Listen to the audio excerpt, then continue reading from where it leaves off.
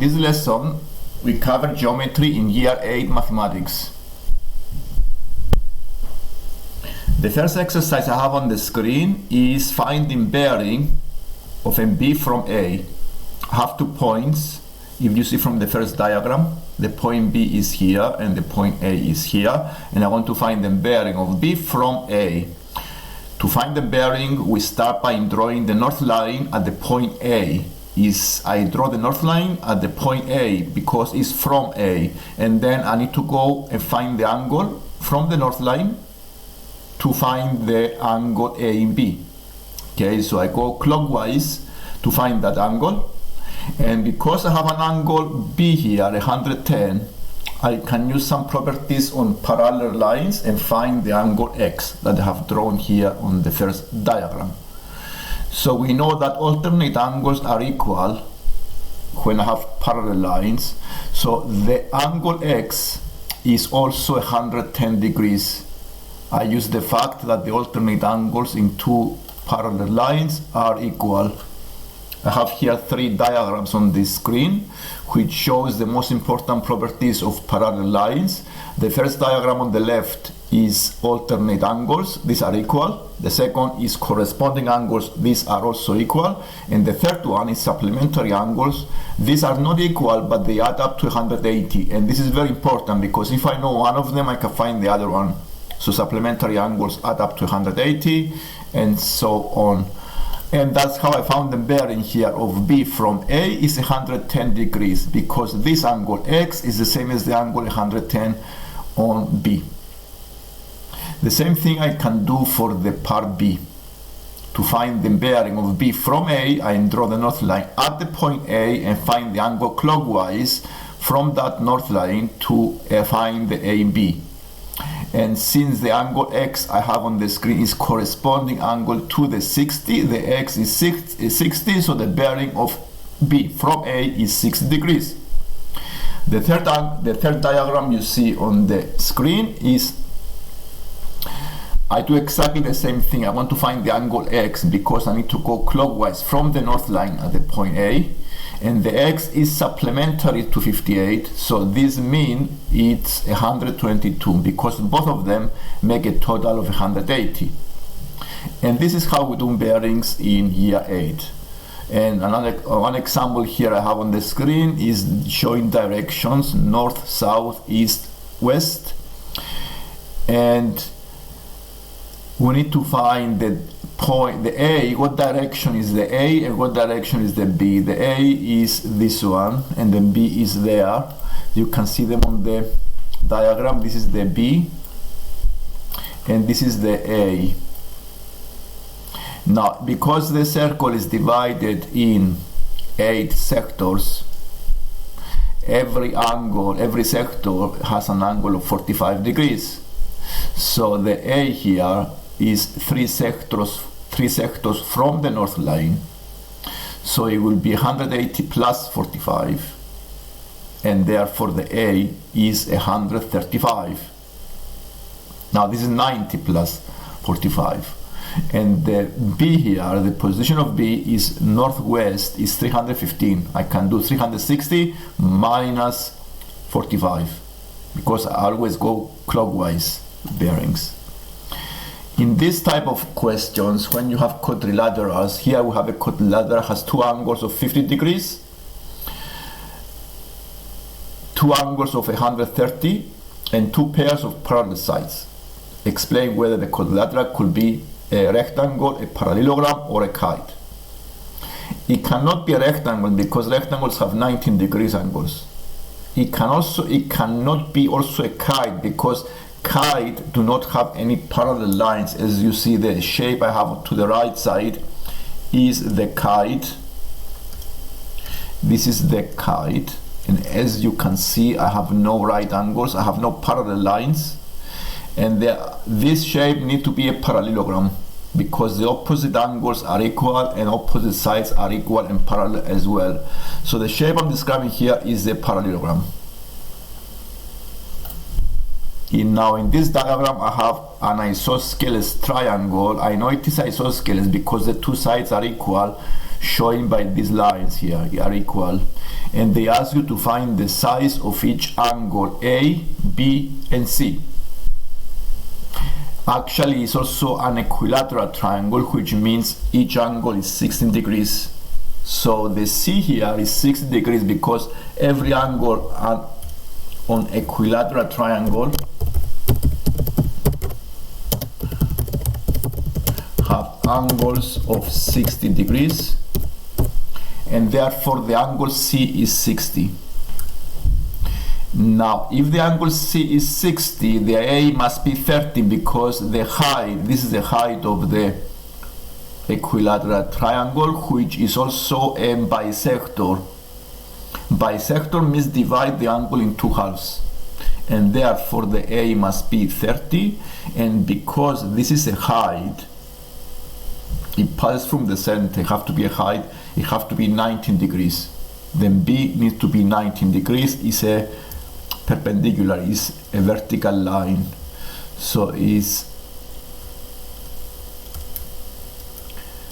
and the 30 is because it's a bisector of the angle. The height is also a bisector. And this is how we found the angles in equilateral triangles. Here I have an example of parallel lines that are surrounded by angles A, B, C, D, E, F. And I want to find the value of the angle A, given that the allied angle is 40 degrees. Allied angles are an example of supplementary angles. In total, they make 180. So if the allied angle is 40, then the other angle A must be 140 as well, because in total make 180. That's how we found the angle A. Now if you see, the position of the B and the C are corresponding, B and C. And in the part B, they ask you to find the angle B. And since we found the angle A is 140, A plus B make a straight line. So the B must be 40 degrees. Okay, because A plus B is a straight line, or the B is alternate angle to the E, and the angle E is 40 degrees. To find the value of the D plus F, both angles are equal because they are opposite angles. And since then D is alternate to A, they are equal, and both of them are 140. So we times 140 by 2, and we found then D plus F, which is 280. Then D is equal to the F because they are opposite angles. On this screen, I have different diagrams and different angles that I need to find. In the diagram A, I have a triangle together with straight lines, and I want to find the missing letters. For example, in the 5V plus the angle inside make a straight line. So the 5V is equal to 180, so dividing by 5 give you the angle V as 36 degrees. And because the ABC is isosceles triangle, then base angles are equal. So in this case we can find the W, because 2W plus 25 give us the 25 plus is 180 is the total angles of a triangle.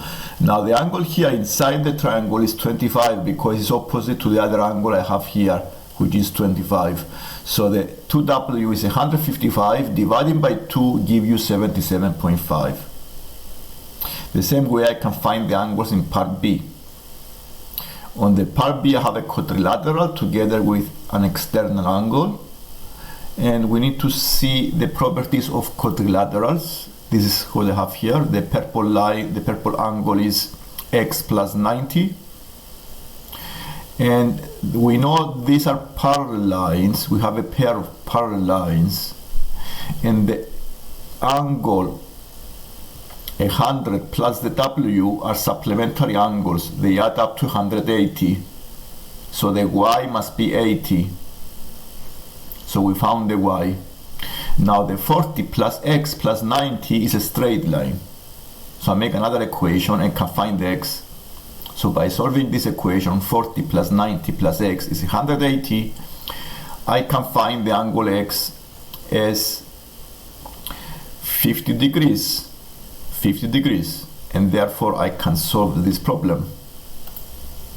And finally, on this diagram, you see I have a right angle, I have a triangle that is an equilateral triangle. Now if I know it's equilateral triangle, this triangle here, then the angle is 60. Each angle is 60, and I have a 19-degree angle on top, and the angle between them is 0.5 Z, which means I can find the Z by preparing an equation, because the total make a circle here. The whole is a circle. So all the angles make a circle, which means the total is 360. So if I make an equation, solve the equation, and I can find the Z, I can find the Z as 17 degrees. And then I solve this problem. So by preparing an equation is very useful technique of solving problems like this one, because I know the total of a circle is 316 degrees and all of the angles make a circle. I prepare an equation, solve the equation, and find the Z. The same way we can solve all these type of questions when I have parallel lines here for the first diagram. Now if you see here, I have a 19-degree angle, I have A is 100, and the reason it's 100 here because it's alternate to the other 100 I have here. So the A is alternate to 100, so the A must be 100 degrees. So the 100 and the 80 are supplementary angles because the lines are parallel, and that's how I found the missing angle here, 80. And then B now, let's go and find them B on the other diagram. So analyzing the diagram, we have an isosceles triangle. We have also two parallel lines. So we can see that 95 is the external angle here, which means the other angle is 85 because the total is a straight line. So this is 85. Now if this is 85, I can also find the angle above 85, or I can also find the other is 85 because it's isosceles triangle, and therefore I can also solve this and find them B because the total is a triangle that makes 118 degrees in total. So then B is 10 degrees. The B is equal to a 10. It says here how much larger is the value of the angle A than angle B. And because we found the size, we can say that the A is 10 times bigger than the B, because the A is 100 and the B is 10. And as a homework, you may try to find the bearings of D from C in the following diagrams. Now, the bearing of D from C is 290, which is the right diagram. Okay, the bearing of D from C. So I draw a north line from C. So obviously have to be one of the three diagrams. If you like the lesson, you subscribe and see so you can see more lessons like this one. Thank you.